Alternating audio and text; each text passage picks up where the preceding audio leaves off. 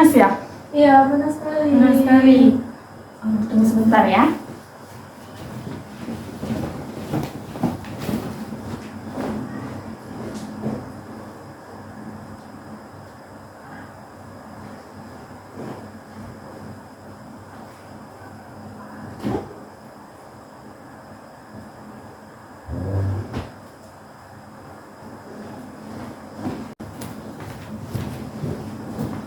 Ini diminum dulu biar hilang rasa hausnya. Terima kasih.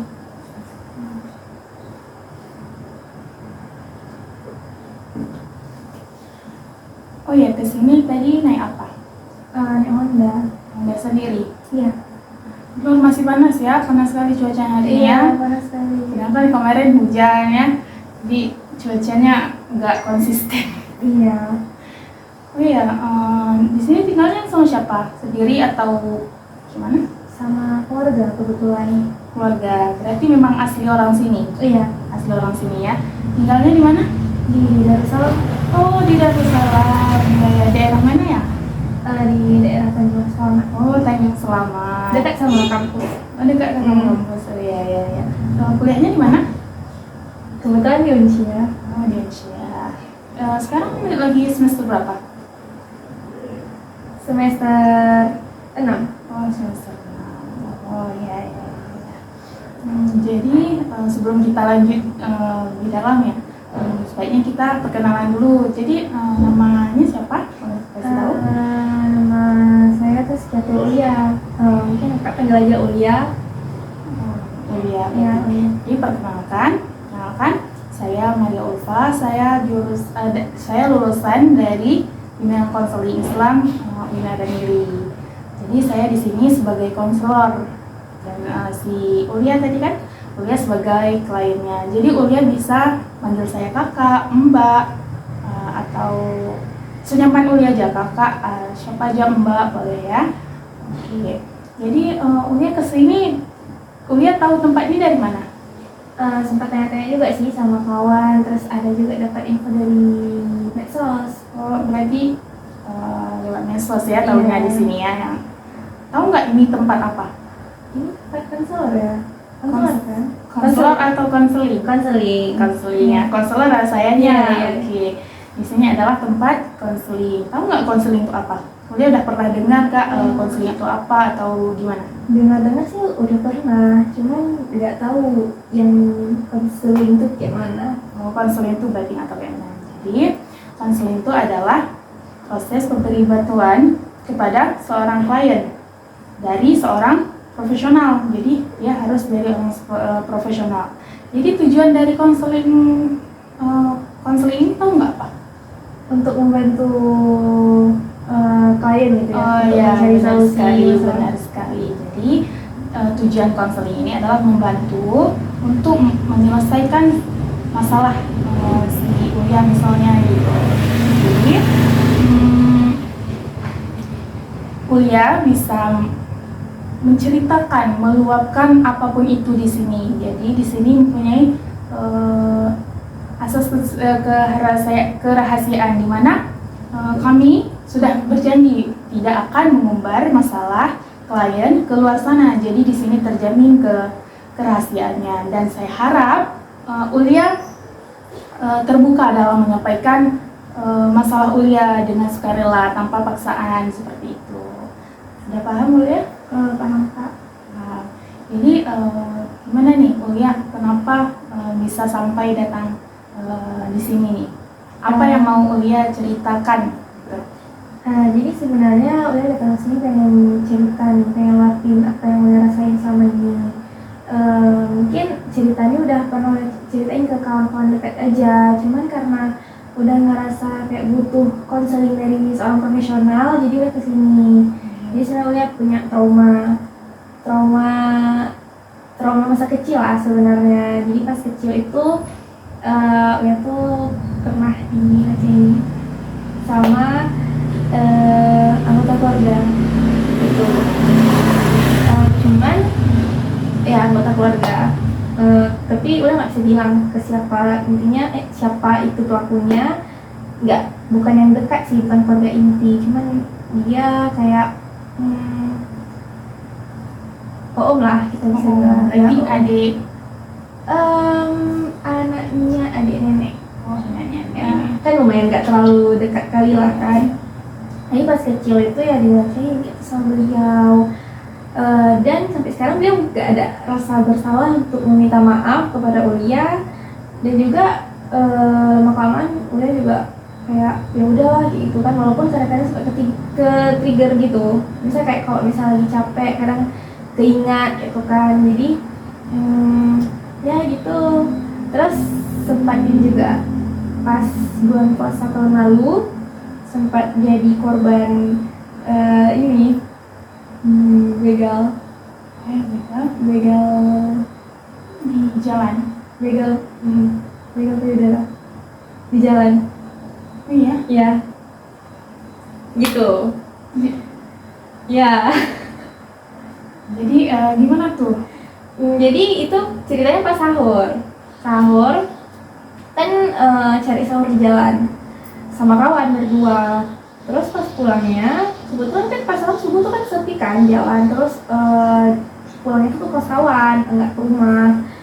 Dan lorong kos kawan itu lumayan sepi, dan juga sebenarnya di lorong tuh juga banyak kejadian lah kan. Nah disitulah nggak sadar kalau misalnya kami diikutin sama satu Honda. Awalnya udah kira Honda tuh mau lewat gitu, mau lewat ke depan. Rupanya pas udah lambatin, kan sengaja lambatin nih biar dia bisa lewat kan. Rupanya ya itu dia berusaha untuk megang gitu kan, berdua sama kawan. Awalnya kayaknya dia pengen kenain ke kawan, cuman karena kawan kan di belakang, jadi dia kan bisa menghindar. Sedangkan kita kan yang bawa Honda, nggak bisa menghindar dong. Ya udah deh kena ke Ulia. Cuman karena ada rasa syukur juga sih kenanya ke Ulia bukan ke kawan. Soalnya kawan kan nggak pernah kejadian nih masalah-masalah pelecehan kayak itu. Sedangkan Ulia udah pernah pas kecil, jadi kayak nggak tahu sih antara pasrah udah kebiasa entah nggak tahu juga. Tapi ya udahlah kayak gitu kan, daripada karena saya juga masih kawan dia juga punya trauma, cuman dia juga trauma sampai nggak berani kemana-mana malam-malam sendiri gitu. Nah itu kan kejadian waktu kecil ya. Waktu kecil di sekitar umur Kelas 4 SD. kelas 4 SD itu pasti udah terngiang-ngiang ya. Iya. Karena di situ memang sudah terlekat memori apa yang kita lakukan, sudah teringat seperti ya. Jadi bagaimana Ulia melakukan kegiatan-kegiatan sehari setelah kejadian itu? Kalau untuk setelah kejadian itu, oh ya sebelumnya kejadian itu nggak sekali, 2 kali. Kelas 4 sekali, kelas 4 SD sekali, dan kelas 6 sekali. Jadi pas kelas 4 SD mungkin kan di SD tuh kita belum ada pelajaran tentang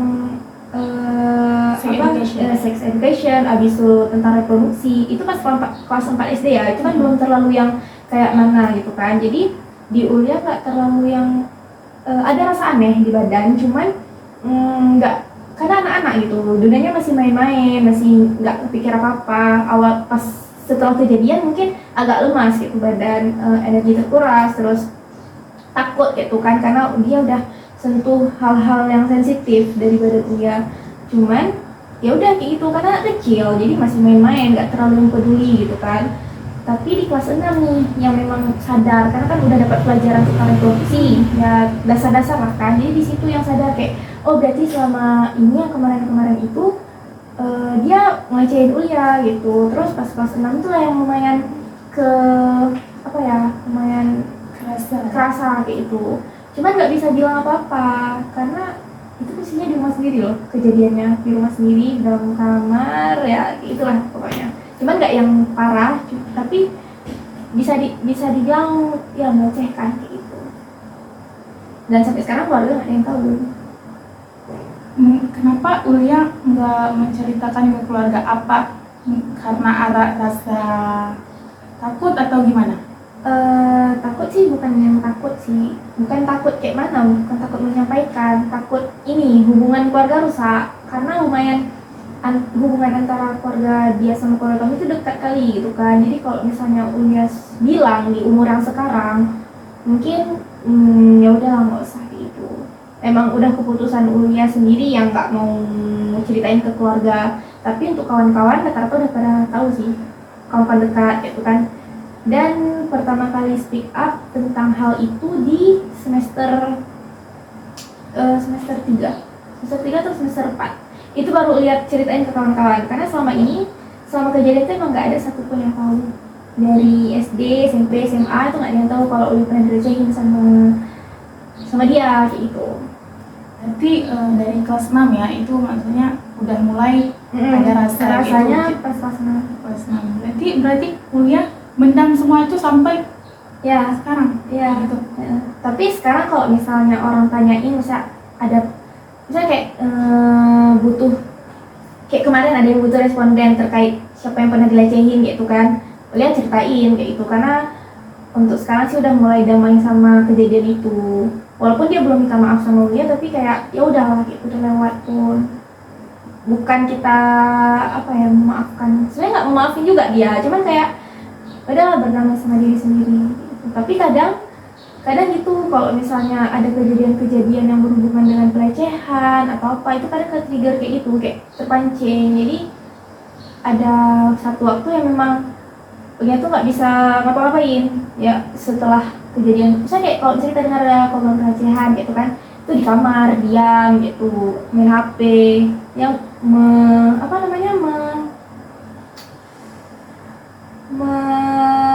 mengabaikan hal kayak itu dengan HP gitu, dia nggak ingat.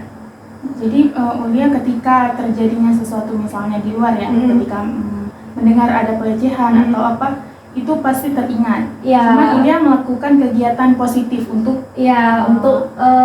melupakan rasa trauma. Berarti Ulia sudah bisa sebenarnya untuk mengendalikan itu bisa, untuk yang mengendalikan masalah pelecehan yang di umur kecil ya.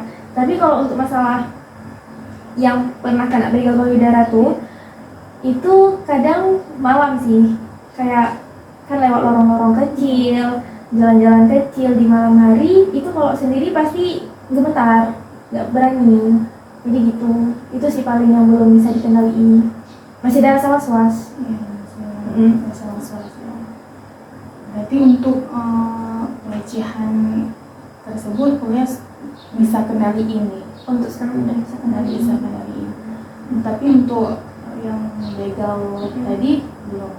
Jadi gimana sih cara Ulia untuk menghindari kayak gitu? Menghindari dari rasa takutan untuk keluar malam. Itu kalau dibilang kita lawan ya, sebenarnya ya dilawan gitu, karena selama ini juga Ulia kan suka keluar malam. Cuman kita nggak ngelewatin gang-gang kecil gitu, nggak lewatin lorong-lorong kecil, kan juga sebenarnya bukan untuk melawan rasa takut itu. Cuma kan kita juga menjelaskan kita perempuan ya, kan bahaya tuh bisa datang kapan aja. Jadi ya gitu, ataupun ajak kawan, 1, 2 orang gitu, atau itu kalau ada cowok yang bisa kita percaya, misalnya kayak kawan cowok ataupun keluarga gitu kan, diminta kawanin gitu untuk bisa tenang. Ini yang cerita tentang begal nih, Ulia udah cerita kan belum sama orang tua? Belum juga? Enggak juga. Kenapa sih, memang mau dipendam sendiri atau iya sih, gimana? Ya kayak udah lebih baik pendam aja gitu, karena kalaupun kita cerita ke orang tua takutnya nggak dikasih mana gitu. Nggak dikasih mana. Ya. Jadi mending pendam sendiri, cari solusi sendiri. Ya. Solusinya jangan jalan yang masuk gang kecil gitu. ya. Jadi coba Ulia bayangin nih, kalau seandainya pelaku tadi ada di depan Ulia sekarang. Misalnya saya nih jadi itunya. Bayangkan aja, coba apa yang mau Ulia katakan, apa yang mau Ulia luapkan kepada dia. Coba keluarkan aja semuanya. Apa ya? Minta maaf aja lah gitu. Sadar. Saya kayak Ulia nggak tahu ya dia ingat sama kejadian itu, tapi dia tuh tinggalnya di Jawa sekarang, di Bogor kebetulan, dan pulang ke Aceh tuh juga 1-2 kali kayak gitu. Kemarin baru jumpa sih sebenarnya. cuma dia udah balik lagi ke sana, dia kuliah. Dan apa ya, dia di sana kehidupannya sangat-sangat baik, sedangkan dia di sini kadang gara-gara keingat itu nggak bisa kontrol diri gitu. Maksudnya kayak Emosi. banyak dampak buruk ya. Cuma bilang kayak ceritanya minta maaf. Minta maaf aja? Ya minta maaf. Nggak ada yang lain? Sebenarnya cuma mau bilang dia minta maaf ya. Tapi kalau misalnya luapin hati terdalam, pengen maki sih sebenarnya, kayak gitu, geram gitu kan. Kayak dia kebetulan di S2 dan pencapaiannya itu banyak kali, sertifikat lah, macam jadi moderator, jadi apa kayak gitu kan. Jadi kayak ini gimana ya, marah, geram karena di sini kuliah di sini kayak gara-gara tuh nggak bisa dapat pencapaian apa-apa, nggak pede, kayak mau marah, mau bilang kata kasar gitu, kayak kok Ulia luapin aja. Apa yang mau Ulia katakan ke dia? Bayangkan kalau misalnya nih saya jadi dia, gimana? Apa yang Ulia respon? Apa yang Ulia mau katakan? gue pengen mati. Kok di sana baik-baik aja, dapat pencapaian banyak, sedangkan aku di sini nggak bisa dapat, gara-gara kok aku nggak bisa ngapa-ngapain, terkurung dalam kamar, terus nggak percaya diri, nggak bisa dapat pencapaian apa-apa gitu. Jadi gitu, kayak gitu lah pokoknya. Mau marah, ini mau marah, pengen gitu. Mati ya. Mati.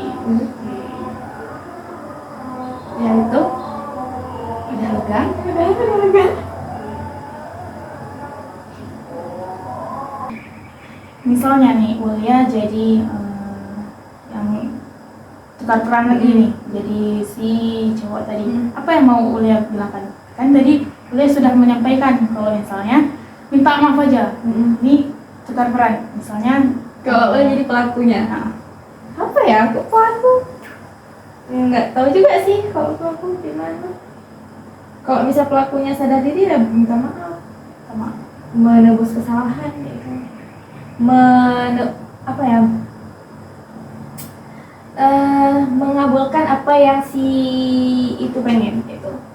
Si korban itu mau, itu aja. Tapi Ulia memang cuma pengen minta maaf dari Ya, kata maaf aja dari dia udah cukup sih menurutku. Karena sampai sekarang kata maaf itu belum ada di mulut dia hari itu. Karena kita udah tergolong usia yang gede, udah dewasa lah kan. Jadi untuk apa lagi buat minta macam-macam, cukup minta maaf aja. Dan kalau memang dia sanggup, dia akui kesalahan dia di depan orang tua dia sendiri yang bilang. Kalau misalnya dia sanggup, kalau misalnya enggak ya udah cukup minta maaf aja. misalnya nih si pelaku udah minta maaf nih, apa respon Ulia terhadap dia? Dia bakal bilang, boleh maafin, udah memaafkan. Karena sebelum dia minta maaf pun udah berusaha untuk memaafkan. Tapi maaf, udah nggak bisa melupain kejadian masa lalu itu. Dan ya itu, dan lumayan berpengaruh sih ke Ulia selama kuliah ini. Gara-gara itu banyak hal yang harus dipendam, terus kontrol emosional juga kadang nggak bagus gara-gara itu. Karena berpengaruh pelecehan itu terhadap seseorang. Menurut Ulia seperti itu. Karena kita ngerasain sendiri. Dengan udah pelecehan kecil, karena lagi begal payudara pas kuliah, kan nggak bertubi-tubi ceritanya. Pengalamannya gitu. Jadi sekarang Ulia udah meluapkan nih kejadian itu, kan sudah meluapkan. Ulia cuma pengen minta maaf dari Si pelakunya, cuma minta aja. Ya. Jadi bagaimana jika bayangkan seandainya Ulia kembali lagi ke masa kejadian itu, apa yang akan Ulia lakukan? Itu kejadiannya pas lagi kejadian gitu. Kok pas lagi udah dilecehin, gue bakal teriak. Ulia bakal lari, ulia bakal ngadu ke orang tua kalau bisa dia apa-apain ulia gitu. Udah itu kalau misalnya yang masa yang kecil. Kalau misalnya yang pas dibegal itu udah kejar dia, udah aku lempar batu ke atas dia, aku teriak kencang-kencang sampai dia bisa ke kantor polisi. Itu Apa sih misalnya nih jika Ulia kembali ke masa sebelum pelecehan itu, mungkin apa yang sekarang akan Ulia lakukan? kalau misalnya hal itu nggak terjadi ya, pelecehan itu nggak terjadi, mungkin udah bisa jadi orang yang lebih berkembang, bisa dapat pencapaian yang bagus, nggak yang kayak sekarang gitu, nggak yang jadi biasa-biasa aja, mungkin udah bisa lebih berkembang dari ini. Mungkin Ulia bisa mencapai target-target yang kayak orang-orang luar sana, mungkin kayak contohnya kayak apa ya, duta mungkin bisa, atau bisa exchange kemana-mana gitu, pertukaran mahasiswa kemana-mana, mungkin itu. Berarti di sini Ulia nggak percaya diri dong? Sebenarnya iya sih, percaya diri untuk sekarang. Gimana sih Ulia meningkatkan kepercayaan diri? Apa yang akan Ulia lakukan untuk meningkatkan kepercayaan diri Ulia?